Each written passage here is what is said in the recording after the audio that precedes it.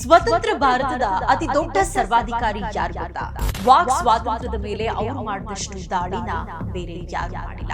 RSS ನ organiser ಪತ್ರಿಕೆ ಮೇಲೆ ಸೆನ್ಸಾರ್ಶಿಪ್ ಹೇರಿ ಅದರ ಪ್ರಕಾಶಕರನ್ನ ಜೈಲಿಗೆ ಕಳುಹಿಸಿದರು. ರವೀಂದ್ರನಾಥ ಟ್ಯಾಗೋರರ ಗೋರಾ ಹಾಗೂ ವಿಸರ್ಜನ್ ಅನ್ನೋ ನಾಟಕನ ಬ್ಯಾನ್ ಮಾಡಿದ್ರು ನೆಹರು. ಇದನ್ನೆಲ್ಲ ಮಾಡಿದ್ದು ಉದಾರವಾದಿ ಚಾಚಾಜಿನೇ. ಇವರು ಡಿಕ್ಟೇಟರ್ ಹೌದೋ ಅಲ್ವೋ ಅನ್ನೋ ತೀರ್ಮಾನ ಮಾಡುವ ನಿರ್ಧಾರ ನಿಮಗೆ ಬಿಟ್ಟಿದ್ರು. ಈ ಬಾರಿ ಎಲೆಕ್ಷನ್ ನಲ್ಲಿ ತುಂಬಾ ಜೋರಾಗಿ ಕೇಳಿಸಿದ್ದು ಡಿಕ್ಟೇಟರ್ ಅನ್ನೋ ಪದ. ಬಹಳ ವರ್ಷಗಳಿಂದಲೂ ಕಾಂಗ್ರೆಸ್ನವರು ಪ್ರಧಾನಿ ನರೇಂದ್ರ ಮೋದಿ ಅವರನ್ನ ಡಿಕ್ಟೇಟರ್ ಅಂತ ಹೇಳ್ತಾ ಬಂದಿದ್ದಾರೆ. ಈ ಸಲಾನೂ ಏನಾದ್ರೂ ಅವ್ರ ಅಧಿಕಾರಕ್ಕೆ ಬಂದ್ರೆ ಸಂವಿಧಾನ ನಾಶ ಗ್ಯಾರಂಟಿ ಅನ್ನೋ ತರಹದ ಒಂದ್ ರೀತಿ ಭಯ ಹುಟ್ಟಿಸೋ ಪ್ರಯತ್ನನೂ ಅದ್ ಮಾಡಿತ್ತು. ಈ ನಿಟ್ಟಿನಲ್ಲಿ ನಮಗೆ ಬಹಳ ಕುತೂಹಲ ಮೂಡಿಸೋದು ಡಾಕ್ಟರ್ ಆನಂದ್ ರಂಗನಾಥನ್ ಅವರು ನೆಹರು ಅವರ ಮೇಲೆ ಮಾಡಿರುವಂತಹ ಒಂದು ಅನಾಲಿಸಿಸ್. ಅವ್ರ ಪ್ರಕಾರ ಈ ದೇಶದ ದೊಡ್ಡ ಸರ್ವಾಧಿಕಾರಿ ನೆಹರು ಅನ್ನೋದು ಅವರ ವಾದ.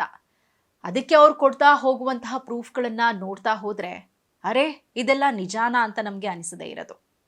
ಇವತ್ತಿನ ಕೌಂಟರ್ ಪಾಯಿಂಟ್ ನಲ್ಲಿ ಆನಂದ್ ರಂಗನಾಥನ್ ಅವರದ್ದೇ ಮಾತು. ಇಲ್ಲಿಂದ ಮುಂದೆ ಅವರದ್ದೇ ಮಾತು, ಧ್ವನಿ ಮಾತ್ರ ನಂದು. ये सब लिबरल चचा जी नेहरू जी ने स्टाइफल करी free speech. Congress leaders demanding Nehru's resignation were arrested and jailed. अब वो डिक्टेटर थे कि नहीं थे ये मैं आप पे छोड़. And I'll tell you how this was so much more worse. The RSS's organizer was censored, its publishers prosecuted. I can give you the instance, but this is the situation. देखिए जितना नेहरू जी ने स्टाइफल करी free speech, अगर आप emergency हटा दें तो किसी भी प्राइम मिनिस्टर ने इतना नहीं. ಸ್ವತಂತ್ರ ಭಾರತದ ಅತಿ ದೊಡ್ಡ ಸರ್ವಾಧಿಕಾರಿ ಯಾರು ಗೊತ್ತಾ? ಜವಾಹರ್ಲಾಲ್ ನೆಹರು. ಅವರನ್ನ ಜನ ಉದಾರಿ ಅಂತಾರೆ, ವಿಷನರಿ ಅಂತಾರೆ, ಪ್ರಜಾಪ್ರಭುತ್ವದ ರಕ್ಷಕ ಅಂತಾರೆ. ಆದ್ರೆ ವಾಕ್ ಸ್ವಾತಂತ್ರ್ಯದ ಮೇಲೆ ಅವ್ರು ಮಾಡಿದಷ್ಟು ದಾಳಿನ ಬೇರೆ ಯಾರು ಮಾಡಿಲ್ಲ. ಅವ್ರು ಬ್ಯಾನ್ ಮಾಡಿದಷ್ಟು ಪುಸ್ತಕಗಳನ್ನ, ಅವ್ರು ಬ್ಯಾನ್ ಮಾಡಿದಷ್ಟು ಸಿನಿಮಾಗಳನ್ನ ಬೇರೆ ಯಾರು ಮಾಡಿಲ್ಲ. ಪ್ರೆಸ್ ಫ್ರೀಡಂ ವಿರುದ್ಧದ ಕಾನೂನುಗಳನ್ನ ಬೇರೆ ಯಾರು ತಂದಿಲ್ಲ.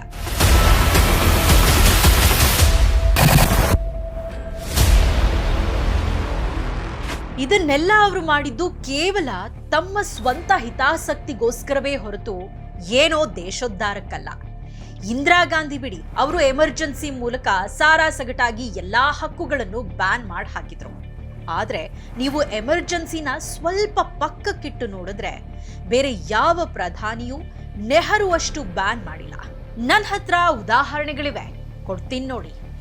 I can give you the instances. Shall I give you the instances? अगर 2 मिनट हैं आपके पास, क्योंकि लोगों को फैक्ट्स चाहिए. ವಾಕ್ ಸ್ವಾತಂತ್ರ್ಯ ಕಾಯ್ದೆಗೆ ಮೊಟ್ಟ ಮೊದಲು ತಿದ್ದುಪಡಿ ತಂದು ರೀಸನಬಲ್ ರಿಸ್ಟ್ರಿಕ್ಷನ್ಸ್ ಅನ್ನೋ ನಿಯಂತ್ರಣ ಸೇರಿಸಿದ್ದು ನೆಹರು. ರಾಕ್ಷಸಿ ಪ್ರವೃತ್ತಿಯ ಪ್ರೆಸ್ ಅಬ್ಜೆಕ್ಷನಬಲ್ ಆಕ್ಟ್ ಪಾಸ್ ಮಾಡಿದ್ದು ನೆಹರು. ಕೇರಳದಲ್ಲಿ ಡೆಮೊಕ್ರೆಟಿಕ್ ಆಗಿ ಆಯ್ಕೆಯಾಗಿ ಅಧಿಕಾರದಲ್ಲಿದ್ದ ಮೊಟ್ಟ ಮೊದಲ ಕಮ್ಯುನಿಸ್ಟ್ ಪಕ್ಷದ ಸರ್ಕಾರವನ್ನ ವಜಾ ಮಾಡಿದ್ದು ನೆಹರು. ಅಲ್ಲದೆ ಮತ್ತೊಮ್ಮೆ ಕಮ್ಯುನಿಸ್ಟ್ ಪಕ್ಷ ಚುನಾವಣೆಗೆ ನಿಲ್ಲೋಕ್ ಬಿಡಲ್ಲ ಅಂತ ಹೇಳಿದ್ದು ನೆಹರು. ಅವರು ಒಂದ್ ಪದ್ಯದಲ್ಲಿ ತಮ್ಮನ್ನ ಹಿಟ್ಲರ್ ಕಾ ಚೇಳ ಅಂತ ಕರೆದಿದ್ರು ಅನ್ನೋ ಕಾರಣಕ್ಕಾಗಿ ಕವಿ ಮಜ್ರೂಹ್ ಸುಲ್ತಾನ್ಪುರಿ ಅವರನ್ನ 1 ವರ್ಷ ಜೈಲಿಗೆ ಹಾಕ್ಸಿದ್ರು. ಸ್ಟ್ಯಾನ್ಲಿ ಓಲ್ಪರ್ಟ್ ಅವರ 9 Hours to ರಾಮ ಪುಸ್ತಕನ ಬ್ಯಾನ್ ಮಾಡಿಸಿದ್ರು. ಚಂದ್ರಮೋಹಿನಿ ಅನ್ನೋ ಪುಸ್ತಕ ಬ್ಯಾನ್ ಮಾಡಿದ್ರು. ಆಬ್ರೆ ಮಿನನ್ ಬರೆದಿದ್ದ ರಾಮ ರೀಟೋಲ್ಡ್ ನಾಟಕನ ಬ್ಯಾನ್ ಮಾಡಿದ್ರು. ಅಲೆಕ್ಸಾಂಡರ್ ಕ್ಯಾಂಪ್ಬೆಲ್ನ ದಿ ಹಾರ್ಟ್ ಆಫ್ ಇಂಡಿಯಾ ಪುಸ್ತಕ ಬ್ಯಾನ್ ಮಾಡಿದ್ರು. ಕ್ಲೋಸರ್ ಬರೆದಿದ್ದ the lotus and the robot ಪುಸ್ತಕನ ಬ್ಯಾನ್ ಮಾಡಿದ್ರು. ಅಜೀಜ್ ಬೇಗ್ ಅವರ ಕ್ಯಾಪ್ಟಿವ್ ಕಾಶ್ಮೀರ್ ಬ್ಯಾನ್ ಮಾಡಿದ್ರು. ಬಟ್ರಾರ್ಡ್ ರಸೆಲ್ನ ಅನಾರ್ಮ್ಡ್ ವಿಕ್ಟರಿ ಬ್ಯಾನ್ ಮಾಡಿದ್ರು. ಲೇಡಿ ಚಾಟಲಿಯರ್ಸ್ ಲವರ್ ಪುಸ್ತಕ ಬ್ಯಾನ್ ಮಾಡಿದ್ರು. The RSS's organizer was censored, its publishers prosecuted. RSS ನ ಆರ್ಗನೈಸರ್ ಪತ್ರಿಕೆ ಮೇಲೆ ಸೆನ್ಸಾರ್ಶಿಪ್ ಹೇರಿ ಅದರ ಪ್ರಕಾಶಕರನ್ನ ಜೈಲಿಗೆ ಕಳುಹಿಸಿದ್ರು. ಚೀನಾ ಜೊತೆಗಿನ ಯುದ್ಧಕ್ಕೆ ಸಂಬಂಧಪಟ್ಟಾಗಿ ತಮ್ಮನ್ನ ಟೀಕಿಸಿದ್ದಕ್ಕಾಗಿ ಇತಿಹಾಸಕಾರ ಧರ್ಮಪಾಲ್ ಅವರನ್ನ ಜೈಲಿಗೆ ಹಾಕಿಸಿದ್ರು. ರಾಷ್ಟ್ರಪತಿ ರಾಜೇಂದ್ರ ಪ್ರಸಾದ್ ಅವರ ಭಾಷಣದ ಪ್ರತಿಗಳನ್ನ ಯಾರೂ ಹಂಚೋ ಹಾಗಿಲ್ಲ ಅಂತ ಬ್ಯಾನ್ ಮಾಡಿದ್ರು ನೆಹರು. ತಮ್ಮನ್ನ ಟೀಕಿಸಿದ್ರು ಅನ್ನೋ ಕಾರಣಕ್ಕಾಗಿ ಹಿಂದೂಸ್ತಾನ್ ಟೈಮ್ಸ್ ಸಂಪಾದಕ ದುರ್ಗಾದಾಸ್ ಅವರ ಅಂಕಣಕ್ಕೆ ತಡೆ ತಂದು ಅವರನ್ನ ಕೆಲಸದಿಂದಾನೇ ವಜಾ ಮಾಡಿಸಿದ್ರು. ತಮ್ಮನ್ನು ಟೀಕಿಸಿದ್ರು ಅನ್ನೋ ಕಾರಣಕ್ಕಾಗಿ ಟೈಮ್ಸ್ ಆಫ್ ಇಂಡಿಯಾ ಪತ್ರಿಕೆಯ ಜಾಹೀರಾತುಗಳನ್ನೇ ಬ್ಲಾಕ್ ಮಾಡಿದ್ರು. ಕ್ರಾಸ್ ರೋಡ್ಸ್ ಅನ್ನೋ ಮ್ಯಾಗಝೀನ್ ಬ್ಯಾನ್ ಮಾಡಿದ್ರು. ಶರತ್ ಚಂದ್ರ ಚಟ್ಟೋಪಾಧ್ಯಾಯ ಅವರ ಮಹೇಶ್ ಅನ್ನೋ ನಾಟಕನ ಬ್ಯಾನ್ ಮಾಡಿದ್ರು ನೆಹರು. ರವೀಂದ್ರನಾಥ್ ಟ್ಯಾಗೋರರ ಗೋರಾ ಹಾಗೂ ಬಿಸರ್ಜನ್ ಅನ್ನೋ ನಾಟಕನ ಬ್ಯಾನ್ ಮಾಡಿದ್ರು ನೆಹರು. ಬಾಲರಾಜ್ ಸಹಾನಿ ಅವರ ಜಾದೂ ಕಿ ಕುರ್ಚಿ ಅನ್ನೋ ನಾಟಕನ ಬ್ಯಾನ್ ಮಾಡಿದ್ರು ನೆಹರು. ಪೀಪಲ್ಸ್ ಥಿಯೇಟರ್ ಗ್ರೂಪ್ ಅನ್ನೋ ನಾಟಕ ತಂಡಾನೇ ಬ್ಯಾನ್ ಮಾಡಿದ್ರು ನೆಹರು.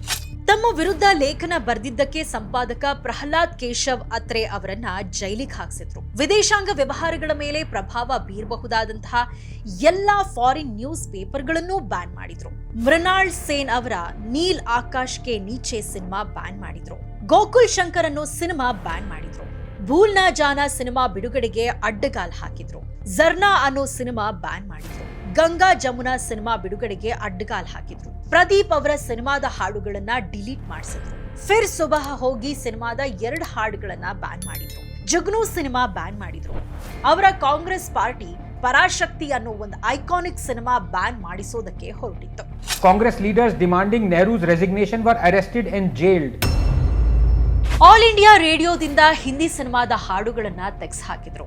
ಹಾರ್ಮೋನಿಯಂ ಬ್ಯಾನ್ ಮಾಡಿದ್ರು. ಪಾಪ್ ಮ್ಯೂಸಿಕ್ ಬ್ಯಾನ್ ಮಾಡಿದ್ರು.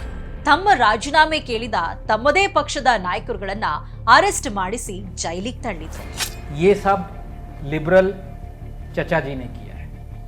अब वो डिक्टेटर थे कि नहीं थे ये मैं आप पे छोड़ दूं. ಇದನ್ನೆಲ್ಲ ಮಾಡಿದ್ದು ಉದಾರವಾದಿ ಚಾಚಾಜಿನೇ. ಇದೇ ನೆಹರು ಬಗ್ಗೆನೆ ನೆಹರು ಚಾಚಾ ಅಂತ ಓದ್ಕೊಂಡು ಬೆಳೆದಿತ್ತು. ಕಾರ್ಟೂನಿಸ್ಟ್ ಶಂಕರ್ ಅವರು ಒಂದ್ಸಲ ತಮ್ಮ ಕಾರ್ಟೂನ್ ಬರೆದಿದ್ದನ್ನ ನೋಡಿ ಡೋಂಟ್ ಸ್ಪೇರ್ ಮೀ ಶಂಕರ್ ಅಂತ ಅವರ ಬೆನ್ ತಟ್ಟಿದ್ರು ಅನ್ನೋ ಕತೆಗಳನ್ನ ಕೇಳ್ಕೊಂಡು ಬೆಳೆದ್ವಿ. ಈಗ ಇವರು ಡಿಕ್ಟೇಟರ್ ಹೌದೋ ಅಲ್ವೋ ಅನ್ನೋ ತೀರ್ಮಾನ ಮಾಡೋ ನಿರ್ಧಾರ ನಿಮಗ್ ಬಿಟ್ಟಿತ್ತು. ನಾ ಹೇಳದ್ನಲ್ಲ, ಇದು ನೆಹರು ಅಸಲಿಯತ್ತು. ನಾವು ಡಿಕ್ಟೇಟರ್ ಪ್ರಧಾನಿ ಅಂತ ಮಾತಾಡೋಕ್ ಹೊರಟಾಗ್ಲೆಲ್ಲ ಮೊದಲು ಇಂದಿರಾ ಅವರ ಎಮರ್ಜೆನ್ಸಿ ಬಗ್ಗೆ ಮಾತಾಡ್ತೀವಲ್ವಾ, ಅದು ಸರಿನೇ. ಆದ್ರೆ ಯಾರು ಇದ್ರ ಬಗ್ಗೆ ಮಾತಾಡಲ್ಲ. And I'll tell you how this was so much more worse than Rajiv Gandhi or Modi or Manmohan Singh or Indira Gandhi. Nehru ಮಾಡಿದ್ದಿದ್ಯಲ್ಲ, ಇದು ಇಂದಿರಾ ಗಾಂಧಿ, ರಾಜೀವ್ ಗಾಂಧಿ, ಮನಮೋಹನ್ ಸಿಂಗ್, ಮೋದಿ ಎಲ್ರಿಗಿಂತ ಕೆಟ್ಟದ್ದು. ಯಾಕಂದ್ರೆ ಇವರು ನಮ್ ದೇಶಕ್ಕೆ ಬುನಾದಿ ಹಾಕಿಕೊಟ್ಟ ಪಿತಾಮಹರುಗಳ ಸಾಲಿನಲ್ಲಿ ನಿಲ್ಲೋರು. ಅವರು ನಿಜವಾಗ್ಲೂ ಉದಾರವಾದ ಮತ್ತು ಡೆಮೋಕ್ರಸಿಯ ರಕ್ಷಣೆ ಮಾಡಬೇಕಾಗಿತ್ತು. ಸುಪ್ರೀಂ ಕೋರ್ಟ್ ಒಂದ್ಸಲ ಹೇಳಿದ್ದು ನೆನಪಾಗ್ತದೆ, ಯಾರಾದ್ರೂ ಜಡ್ಜ್ ತಪ್ಪು ಮಾಡಿದ್ರೆ ಅವರಿಗೆ ಬೇರೆಲ್ಲರಿಗಿಂತ ಹೆಚ್ಚು ಶಿಕ್ಷೆ ಕೊಡಬೇಕು ಅಂತ ಹೇಳಿತ್ತು ಕೋರ್ಟ್. ಯಾಕಂದ್ರೆ ನ್ಯಾಯ ಅನ್ನೋದನ್ನ ಬರೀ ಜಾರಿ ಮಾಡೋದಷ್ಟೇ ಸಾಕಾಗೋದಿಲ್ಲ, ಅದು ಜಾರಿಯಾಗ್ತಿದೆ ಅನ್ನೋದು ಢಾಳಾಗಿ ಕಾಣಬೇಕು. ಯಾರ ಕೈಯಲ್ಲಿ ನಾವು ಮೊದಲು ಅಧಿಕಾರ ಕೊಟ್ವೋ ಅವರೇ ಇದನ್ನೆಲ್ಲ ಮಾಡಿದ್ರೆ ಆಮೇಲೆ ಬರೋರು ಖಂಡಿತ ಅದನ್ನೇ ಮಾಡುತ್ತಾನೆ. ಈಗ ಅದನ್ನೇ ಮಾಡ್ತಿದ್ದಾರೆ. ಇದು ನಮ್ situation. But this is the situation. ಒಪ್ಪೋದು ಬಿಡೋದು ಅವರವರ ಆಯ್ಕೆ. ಡಾಕ್ಟರ್ ಆನಂದ್ ರಂಗನಾಥನ್ ಅವರು ತಮ್ಮ ವಾದವನ್ನ ಹೀಗೆ ಮುಂದಿಟ್ಟಿದ್ದಾರಷ್ಟೇ. ಇವತ್ತು ನಮ್ಮ ನಡುವೆ ಇರೋ ಅತಿ ದೊಡ್ಡ ಚಿಂತಕರು, ಸಂಶೋಧಕರಲ್ಲಿ ಡಾಕ್ಟರ್ ಆನಂದ್ ರಂಗನಾಥನ್ ಅವರು ಒಬ್ಬರಾಗಿರೋದ್ರಿಂದ ಅವರ ಮಾತಿಗೆ ಮಹತ್ವ ಇದೆ ಅನ್ನೋ ಕಾರಣಕ್ಕಾಗಿ ನಾನಿದನ್ನ ನಿಮ್ಮ ಮುಂದೆ ಇಟ್ಟಿದ್ದೀನಿ. ಇದಿಷ್ಟೇ ಸತ್ಯ ಅಂತಲ್ಲ, ಇದನ್ನ ಹೇಳಿದ್ಮೇಲೆ ಇದಕ್ಕೆ ಪೂರಕವಾದ ಹಾಗೂ ವಿರುದ್ಧವಾದ ಸತ್ಯಗಳನ್ನ ಹುಡುಕೋ ಉತ್ಸಾಹ ಬಂದ್ರೆ ಸಾಕಷ್ಟೇ. Think about it. ನಮಸ್ಕಾರ.